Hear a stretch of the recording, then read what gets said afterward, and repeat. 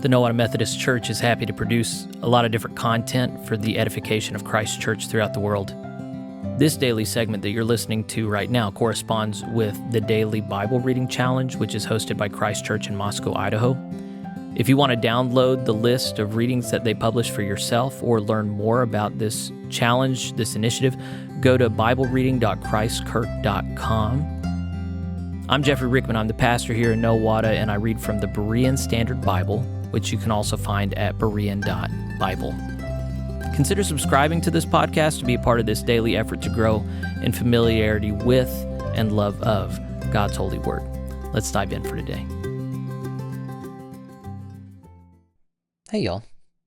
Today we're starting on Ezra. Ezra picks up after a few decades. It's going to tell us actually where it's located. We last left off in Chronicles with all of the Israelites having been deported. Well, there are some that have been left in the land, and you're going to see some politics develop out of that. But anyway, through a movement of God, the people are allowed to come back to their homeland, the chosen land. God's chosen people are allowed to come back to the promised land. That's the right way to say it. So we're going to hear the start of that story today, just the first 6 chapters of Ezra. Hope you enjoy it. Here we go. Ezra chapter 1. In the first year of Cyrus, king of Persia, to fulfill the word of the Lord spoken through Jeremiah, the Lord stirred the spirit of Cyrus, king of Persia, to send a proclamation throughout his kingdom and to put it in writing as follows. This is what Cyrus, king of Persia, says. The Lord, the God of heaven, who has given me all the kingdoms of the earth, has appointed me to build a house for him at Jerusalem in Judah. Whoever among you belongs to his people, may his God be with him, and may he go to Jerusalem in Judah and build the house of the Lord, the God of Israel. He is the God who is in Jerusalem. And let every survivor, wherever he lives, be assisted by the men of that region with silver, gold, goods, and livestock, along with a freewill offering for the house of God in Jerusalem. So the family heads of Judah and Benjamin, along with the priests and Levites, everyone whose spirit God had stirred, prepared to go up and rebuild the house of the Lord in Jerusalem.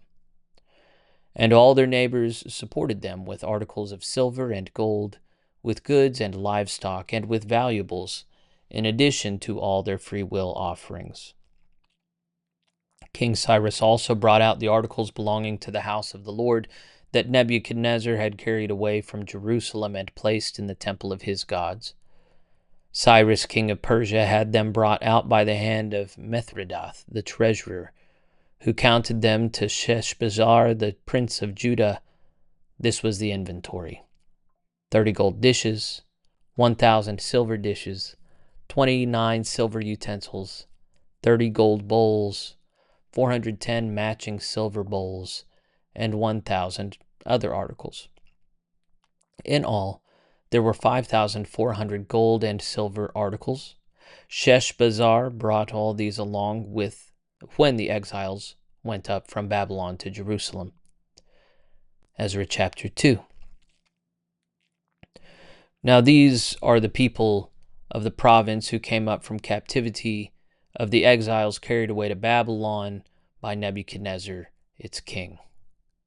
They returned to Jerusalem and Judah, each to his own town, accompanied by Zerubbabel, Jeshua, Nehemiah, Seraiah, Re'eliah, Mordecai, Bilshan, Mispar, Bigvai, Rehum, and Baanah.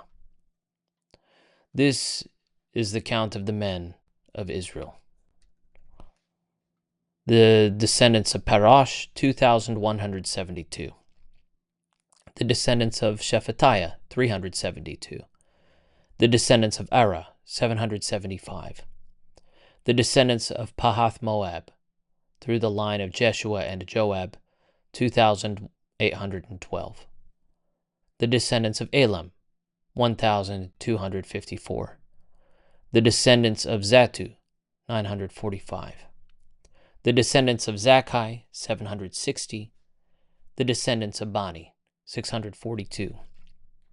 The descendants of Bebai, 623. The descendants of Azgad, 1,222. The descendants of Adonikam, 666. The descendants of Bigvai, 2,056. The descendants of Adin, 454. The descendants of Ater, through Hezekiah, 98. The descendants of Bezai, 323. The descendants of Jorah, 112. The descendants of Hashem, 223. The descendants of Gibbar, 95. The men of Bethlehem, 123. The men of Netophah, 56. The men of Anathoth, 128. The descendants of Asmaveth, 42. The men of Kiriath Jearim, Kephirah, and Beeroth, 743. The men of Ramah and Geba, 621. The men of Michmash, 122. The men of Bethel and Ai, 223. The descendants of Nebo, 52. The descendants of Magbish, 156. The descendants of the other Elam, 1,254. The descendants of Harim, 320. The men of Lod, Hadid, and Ono, 725. The men of Jericho, 345. And the descendants of Senaa, 3,630. The priests, the descendants of Jediah, through the house of Jeshua, 973. The descendants of Immer, 1,052. The descendants of Pashur, 1,247. And the descendants of Harim, 1,017. The Levites, the descendants of Jeshua and Kadmiel, through the line of Hodaviah, 74. The singers, the descendants of Asaph, 128.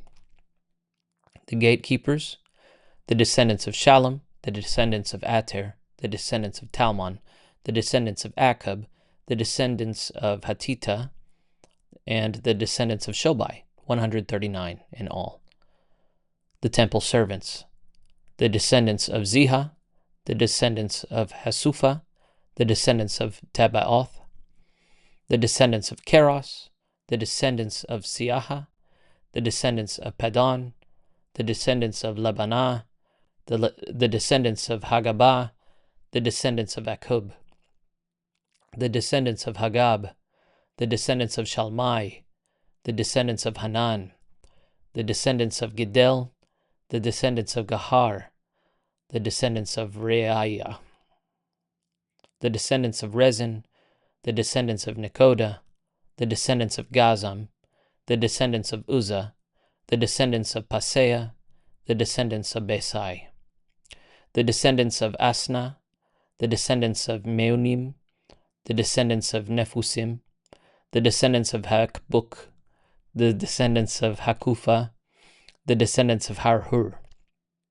the descendants of Bazluth, the descendants of Mahida, the descendants of Harsha, the descendants of Barkos, the descendants of Sisera, the descendants of Tema, the descendants of Neziah, and the descendants of Hatipha, the descendants of the servants of Solomon, the descendants of Sotai, the descendants of Sophereth, the descendants of Peruda, the descendants of Ja'alah, the descendants of Darkon, the descendants of Gidel, the descendants of Shephatiah, the descendants of Hatil, the descendants of Pokereth Hazabayim, and the descendants of Ami. The temple servants and descendants of the servants of Solomon numbered 392 in all. The following came up from Tel Melah, Teharsha, Kerub, Adan, and Immer, but could not prove that their families were descended from Israel. The descendants of Deliah, the descendants of Tobiah, and the descendants of Nekoda, 652 in all. And from among the priests, the descendants of Habiah, the descendants of Hakaz, and the descendants of Barzillai, who had married a daughter of Barzillai the Gileadite, and was called by their name. These men searched for their family records, but they could not find them, and so were excluded from the priesthood as unclean. The governor ordered them not to eat the most holy things until there was a priest to consult the Urim and Thummim. The whole assembly numbered 42,360. In addition to their 7,337 men servants and maidservants, as well as their 200 male and female singers. They had 736 horses, 245 mules, 435 camels, and 6,720 donkeys. When they arrived at the house of the Lord in Jerusalem, some of the heads of the families gave free will offerings to rebuild the house of God on its original site. According to their ability, they gave to the treasury for this work 61,000 derricks of gold, 5,000 minas of silver, and 100 priestly garments. So the priests, the Levites, the singers, the gatekeepers, and the temple servants, along with some of the people, settled in their own towns, and the rest of the Israelites settled in their towns. Ezra chapter 3. By the 7th month, the Israelites had settled in their towns, and the people assembled as one man in Jerusalem. Then Jeshua, son of Jozadak, and his fellow priests, along with Zerubbabel, son of Shealtiel, and his associates, began to build the altar of the God of Israel, to sacrifice burnt offerings on it, as it is written in the law of Moses, the man of God. They set up the altar on its foundation and sacrificed burnt offerings on it to the Lord, both the morning and evening burnt offerings, even though they feared the people of the land. They also celebrated the Feast of Tabernacles in accordance with what is written, and they offered burnt offerings daily based on the number prescribed for each day. After that, they presented the regular burnt offerings and those for new moons and for all the appointed sacred feasts of the Lord, as well as all the freewill offerings brought to the Lord. On the first day of the 7th month, the Israelites began to offer burnt offerings to the Lord, although the foundation of the temple of the Lord had not been laid. They gave money to the masons and carpenters, and food and drink, and oil to the people of Sidon and Tyre to bring cedar logs from Lebanon to Joppa by sea, as authorized by Cyrus, king of Persia. In the 2nd month of the 2nd year, after they had arrived at the house of God in Jerusalem, Zerubbabel, son of Shealtiel, Jeshua, son of Jozadak, and the rest of their associates, including the priests, the Levites, and all who had returned to Jerusalem from the captivity, began the work. They appointed Levites 20 years of age or older to supervise the construction of the house of the Lord. So Jeshua and his sons and brothers, Kadmiel and his sons, descendants of Yehuda, and all the sons of Henadad and their sons and brothers, all Levites, joined together to supervise those working on the house of God. When the builders had laid the foundation of the temple of the Lord, the priests in their apparel with trumpets, and the Levites, the sons of Asaph, with cymbals, took their positions to praise the Lord as David, king of Israel, had prescribed. And they sang responsively with praise and thanksgiving to the Lord, for he is good, for his loving devotion to Israel endures forever. Then all the people gave a great shout of praise to the Lord, because the foundation of the house of the Lord had been laid. But many of the older priests, Levites, and family heads who had seen the first temple wept loudly when they saw the foundation of this temple. Still, many others shouted joyfully. The people could not distinguish the shouts of joy from the sound of weeping, because the people were making so much noise, and the sound was heard from afar. Ezra chapter 4. When the enemies of Judah and Benjamin heard that the exiles were building a temple for the Lord, the God of Israel, they approached Zerubbabel and the heads of the families, saying, "Let us build with you, because, like you, we seek your God and have been sacrificing to him since the time of King Esarhaddon of Assyria, who brought us here." But Zerubbabel, Jeshua, and the other heads of the families of Israel replied, "You have no part with us in the building of a house for our God, since we alone must build it for the Lord, the God of Israel, as Cyrus king of Persia has commanded us." Then the people of the land set out to discourage the people of Judah and to make them afraid to build. They hired counselors against them to frustrate their plans throughout the reign of Cyrus, king of Persia, and down to the reign of Darius, king of Persia. At the beginning of the reign of Xerxes, an accusation was lodged against the people of Judah and Jerusalem. And in the days of Artaxerxes, king of Persia, Bishlam, Mithredath, Tabeel, and the rest of his associates wrote a letter to Artaxerxes. It was written in Aramaic and then translated.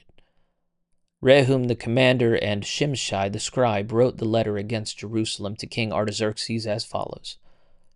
From Rehum the commander, Shimshai the scribe, and the rest of their associates, the judges and officials over Tripolis, Persia, Erech, and Babylon, the Elamites of Susa, and the rest of the peoples whom the great and honorable Ashurbanipal deported and settled in the cities of Samaria and elsewhere west of the Euphrates. This is the text of the letter they sent to him. To King Artaxerxes, from your servants, the men west of the Euphrates, let it be known to the king that the Jews who came from you to us have returned to Jerusalem, and they are rebuilding that rebellious and wicked city, restoring its walls and repairing its foundations. Let it be now known to the king that if that city is rebuilt and its walls are restored, they will not pay tribute, duty, or toll, and the royal treasury will suffer. Now, because we are in the service of the palace, and it is not fitting for us to allow the king to be dishonored, we have sent to inform the king that a search should be made of the record books of your fathers. In these books you will discover and verify that the city is a rebellious city, harmful to kings and provinces, inciting sedition from ancient times. That is why this city was destroyed. We advise the king that if this city is rebuilt and its walls are restored, you will have no dominion west of the Euphrates. Then the king sent this reply. To Rehum the commander, Shimshai the scribe, and the rest of your associates living in Samaria and elsewhere in the region west of the Euphrates, greetings. The letter you sent us has been translated and read in my presence. I issued a decree and a search was conducted. It was discovered that this city has revolted against kings from ancient times, engaging in rebellion and sedition. And mighty kings have ruled over Jerusalem and exercised authority over the whole region west of the Euphrates, and tribute, duty, and toll were paid to them. Now, therefore, issue an order for these men to stop, so that this city will not be rebuilt until I so order. See that you do not neglect this matter. Why allow this threat to increase and the royal interests to suffer? When the text of the letter from King Artaxerxes was read to Rehum, Shimshai the scribe, and their associates, they went immediately to the Jews in Jerusalem and forcibly stopped them. Thus the construction of the house of God in Jerusalem ceased, and it remained at a standstill until the second year of the reign of Darius, king of Persia. Ezra chapter 5. Later the prophets Haggai and Zechariah son of Iddo prophesied to the Jews in Judah and Jerusalem in the name of the God of Israel who was over them. Then Zerubbabel son of Shealtiel and Jeshua son of Jozadak rose up and began to rebuild the house of God in Jerusalem, and the prophets of God were with them, helping them. At that time Tattenai, the governor of the region west of the Euphrates, Shethar-Bozenai, and their associates went to the Jews and asked, Who authorized you to rebuild this temple and restore the structure? They also asked, What are the names of the men who are constructing this building? But the eye of their God was on the elders of the Jews, so that they were not stopped until a report was sent to Darius and written instructions about this matter were returned. This is the text of the letter that Tattenai, the governor of the region west of the Euphrates, Shethar-Bozenai, and their associates, the officials in the region, sent to King Darius. The report they sent him read as follows. To King Darius, all peace.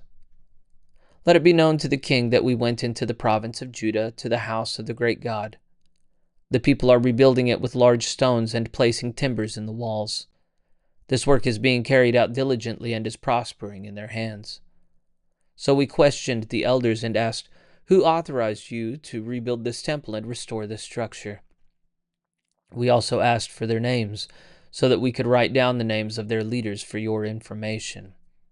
And this is the answer they returned: "We are servants of the God of heaven and earth, and we are rebuilding the temple that was built many years ago, which a great king of Israel built and completed.